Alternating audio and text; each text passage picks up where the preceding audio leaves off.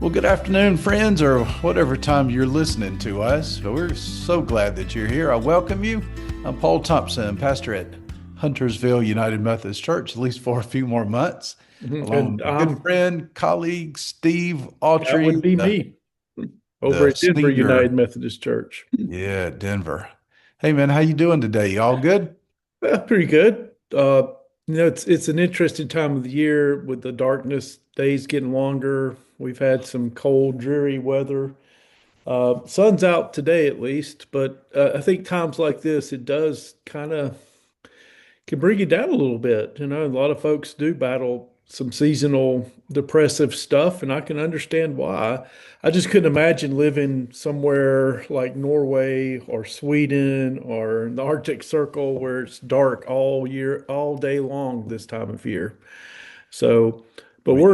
we're here to celebrate the Advent season, which is a lot of the imagery there is lighting candles in the darkness, naming the light that shows up because we sure need it. And this time of year, for us, at least in our part of the world, a little bit of light goes a long way, and that by itself is probably a pretty good theme for Advent.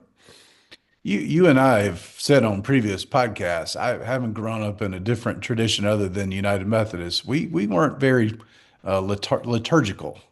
We didn't really know what Advent was. We showed up. We didn't even have Christmas Eve services growing up. Nope, That was no, not a part of our not a tradition. thing. We did You Sunday, had and you had your own liturgy. It just was it unique to your situation. right. So now Uh, that I've grown over the years to encounter the themes of Lent, of hope and peace, and then this Christian year. week joy, and next week love. Man, it really is an interesting dynamic to Well, see how important those are to this time of year. As you, absolutely, it helps us mark time in a different way because it's really not been that long in human history that we've had clocks and calendars that are as accurate as what we have now. And so we can get caught up in marking time by the way of the world, by the way of the culture. And Advent and liturgical practices like Advent help us to say, no, there's another way to be in this world, another way to exist that's of this world and beyond this world, which is, um, I find that I need that to not be on someone else's calendar, but to be existing in the time that God has appointed. Kind of gives me a different perspective and removes a lot of the stress of the season. Mm. Yeah, I think it is critical that we recognize that both life has seasons and in the church we experience seasons. I think if we're doing our work well with God, with each other, we know what time of day it is. I That may be a sermon that I pull back out. One of my best sermons I think I ever did was the church always has to know what time it is, and I'll still hold to that.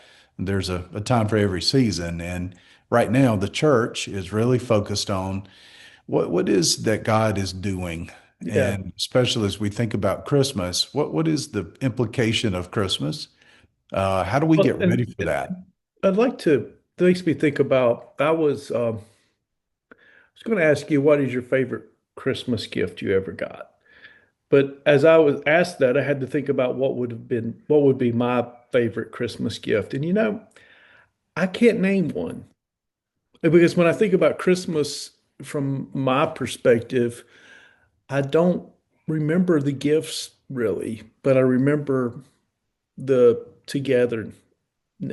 I remember the community. I remember things that don't really involve unwrapping anything. And it's a different way of being, I think, too.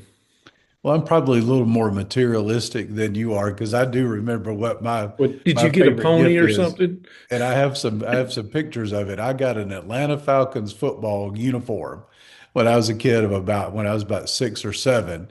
And I thought I was with the Atlanta Falcons. I was pretty confident I was really That's pretty uh, funny. yeah. So I do remember that. But as you get older, though, it is interesting how you know, I'm not even. maybe I shouldn't admit this, but I can't really even remember what I got for Christmas last year. Yeah, I'm not telling Marcy about that, but I maybe think I'll the whole hold it world back if just I saw need it. something on you. But it's, again, there's things that supersede gifts. And hopefully, um, you know, we've made Christmas all about gifts and buying and spending. And as a church, it's our work to say, no, that's not what this is about. So as far as what things are about, what are you going to be looking at as you get into the third Sunday third Sunday of Advent? So the theme of the third Sunday of Advent is joy. We've explored a little bit over the last 2 weeks. We explored hope. Last week we explored peace, and this week I'm do something hard and hope that it turns out okay. Is connect joy, the theme of joy. What is it? What is it? How do we go about finding it? How would we know Mm, if we found it?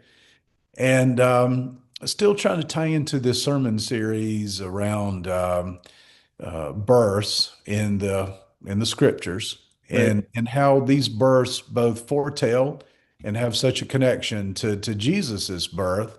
And this week the story of Hannah, the mom who she was barren, as we find so often in these scriptures, and she has another wife of her husband. When we talk about biblical marriage, we don't often talk about having two wives on that. But Hannah just absolutely is convinced that she's barren because the Lord has closed her womb. And while I have long rejected this Deuteronomic theology that we find in the Old Testament, this idea of do good, God blesses, do bad, God curses. That's what the scriptures say, that her womb was barren. She enters into this prayerful time. Eli, the priest, sees her, thinks she's drunk, and she says, "No, I'm not a bad person. I'm just that desperate. I would love to have the joy of having a son, and I'll promise you, God, if you'll allow that, he'll be yours." And so just grappling. The sermon may change a lot between now and Sunday morning, but that's where I'm grappling with right now. What is it? What does it mean, joy? And what does it mean that Hannah grappled with God, wrestled with this idea of having a child and saying, God, if you'll do that, he'll be yours. It is transactional. I think that's the word you often use for it, but it's a fascinating story for me. Well, right. And so many of these stories, again, they follow with a similar pattern.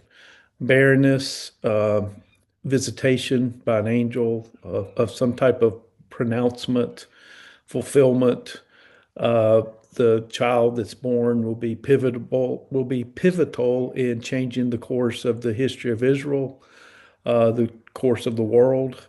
And that's kind of where I am when we get to Sunday here at Denver. I'm actually going to do a little mini two-part Advent series. Our praise band's doing their expanded music this week. That I made the joke years ago whenever Aaron first introduced it, and I said, "Well, you could call it a praisentation," and it stuck, unfortunately. So that's my fault. That one's on me. But so I have so today, this week's sermon for all you folks out there, you'll be thrilled to know it'll only be about 10 minutes long. And best That won't sermon I even be a probably good preach nap. all year. That won't even be a good nap time, 10 I minutes. know, I know. But I'm looking at Gabriel in Luke's gospel. There are what Fred Craddock says about these is there are two panels side by side. One, Gabriel visits Zechariah to announce the birth of John the Baptist, and the other, Gabriel visits Mary to announce the coming birth of Jesus.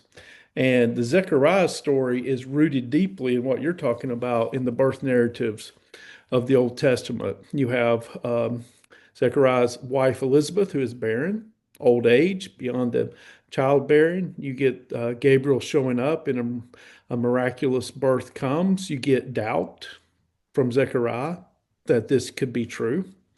And so those echo the pattern that is established in the Old Testament. And it's fascinating that it does that. As I was reading Fred Craddock's commentary on this, he says it's very important for Luke to establish that, yeah, this is a new thing that's coming, but it's not completely devoid of the old. It's the old becoming new. It's a Mm. innovation.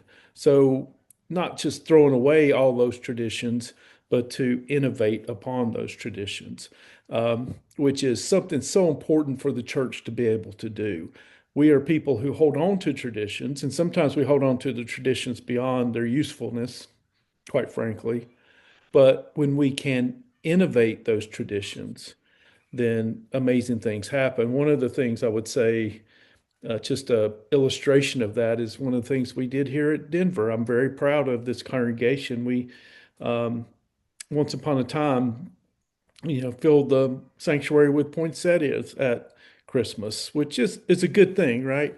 And you do the in honor and memory of. But one of the consequences of that is we had a couple of folks who were allergic to poinsettias. What does it mean to fill up the sanctuary with something that people makes people not be able to show up? So we kept the idea of doing something in memory or honor of someone, but instead of poinsettias, we did it with children's books.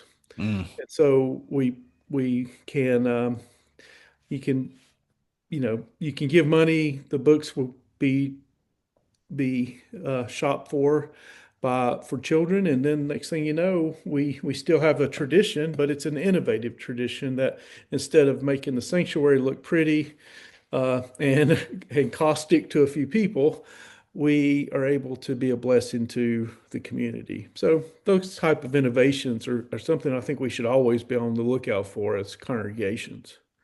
Yeah, I think we're both fortunate. We serve very giving congregations. I know the folks at Huntersville, whenever there's a community need, whenever we're made aware, and we often go out and search and try to find those that give so generously and Yeah, with such a good spirit that we want to help. yeah, but so that idea of a birth, in birth narratives, again, leading to the ultimate birth of Jesus Christ. I think that theme that you're chasing down there is very important. That because a birth is also a sign that God's not giving up on the work of creation. Mm. If there's, we can always look around and say, "Oh, the times are so bad." Well, times have been bad before, and at some point in the history of humanity, no one's ever had a good day at the same day. I don't believe, Well, and in or a Luke, good era. And people, but the idea that life still comes bursting forth into the world is should remind us that God's still invested in creation.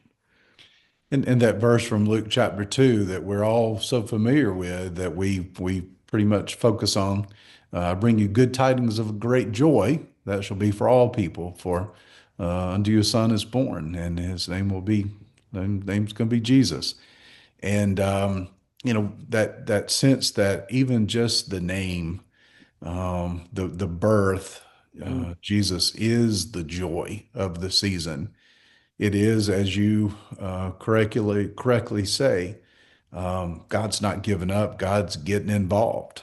God Mhm. has entered into the fray. God has chosen not to stay distant, but to become human to show us Well, just so how much He loves us. if you've read that passage in Eugene Peterson's interpretation or paraphrase, the message he writes, and God moved into the neighborhood, right? Love Eugene Peterson's message. That always so helpful for us. Yeah. Um, but the idea of joy is different from happiness, correct? Yeah. Help me So understand happiness that is, because I struggle with that personally. yeah, I think happiness is somewhat sometimes what we think about is contingent upon circumstances. I'm happy if I feel good. I'm happy if the job is going well. I'm happy if my tennis game, golf game, my sports teams are doing well. That makes me happy. Man, Auburn football hasn't made you happy in a while, has it? It has been a long dry spell on that. But joy is that deep sense of all is well. God is good even in the midst of loss. God is good even in the midst of challenge. God is good in the midst of whatever circumstances we face. We know God is present. And while that's easy for me to say, sitting right here with you, when there are people out there going through, I mean, significant health issues, going through the loss of someone they've loved, Yeah. we have to believe for them at this moment, and we have to remind everybody, hey, joy is not contingent on even the circumstances of the people we love not being with us or the health issues that we have. We can even find joy, the real presence of God that brings the peace, the hope, even in the midst of those. Hmm. Well, and so this Sunday, that candle will be lit for joy. And again, that is something that's rooted beyond us. It should remind us that our joy is not it's secure when it's in Christ. Mm, It gets pretty shaky if it's within our own emotions. yeah. So no, it sounds how so any other things going on over there at Huntersville that you want to? Well, if you're watching this on Thursday or Friday, the 14th, 15th, we certainly hope you'll come join us this weekend, this Saturday. We have a play at 3 p.m. Mrs. Finch Stole Christmas. And we've got a number of folks in our congregation who are involved in putting that on. And that's going to be, I think that's going to be both fun. And I think it also has this poignant moment at the end that really gives us something to think about. Then obviously we have two services on Sunday, our typical 8:30 and 10:30. Like you, it's mostly music, and I'll be about 10 minutes on Sunday to offer a word. And then next Tuesday, the 16th, we have our Quiet Christmas service. And while I think probably Quiet Christmas has gotten a little bit of a bad rap, it's for those who've had somebody die during the year in their life.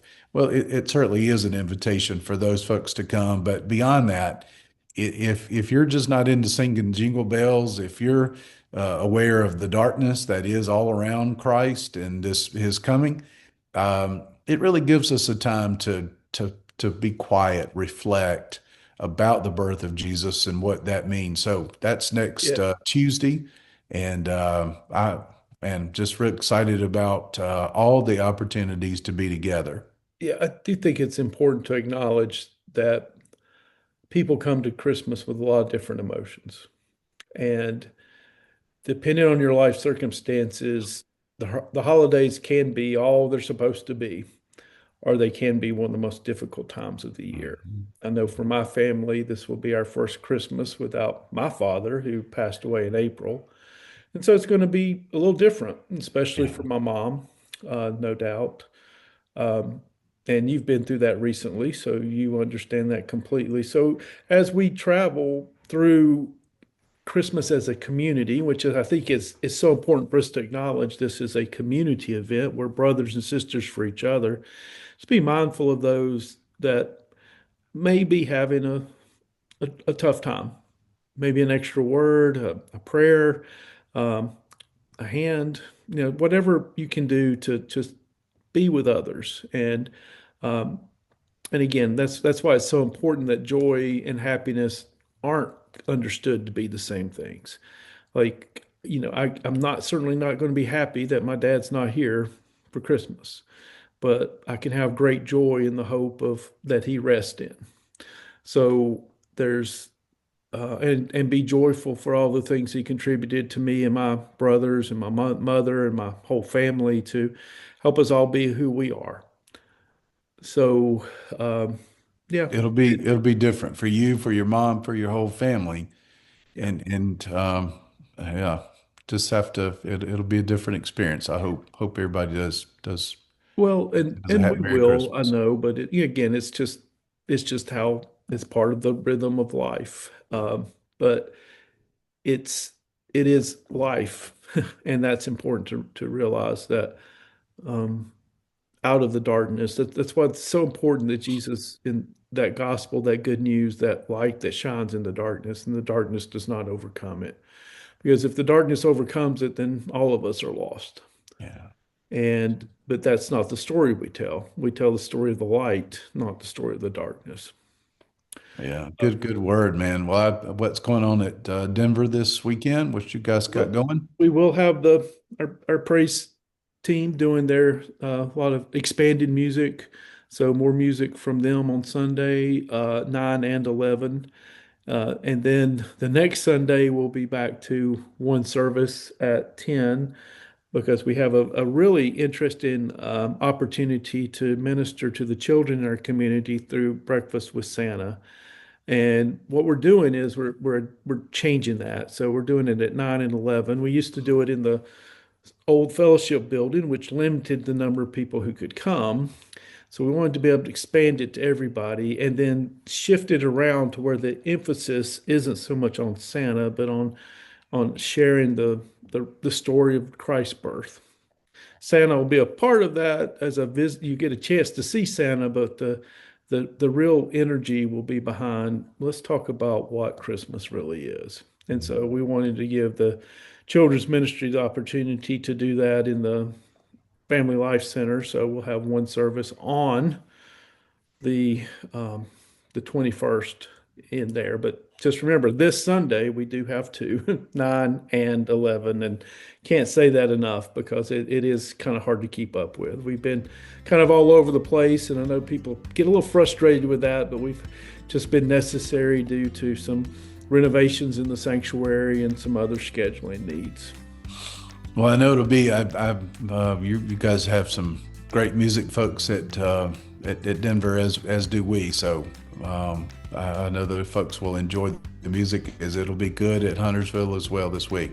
Friends, thank you so much for giving us this time, and we look forward to seeing you in church. If not in church, we'll be back on a podcast real soon. Right, and also we're also we're online too. So if you don't have the opportunity to worship live, you can certainly join us online or catch the service at your convenience. So please do that. It does help. So be sure to tune in. I don't, can you tune in anymore when you don't have a tune?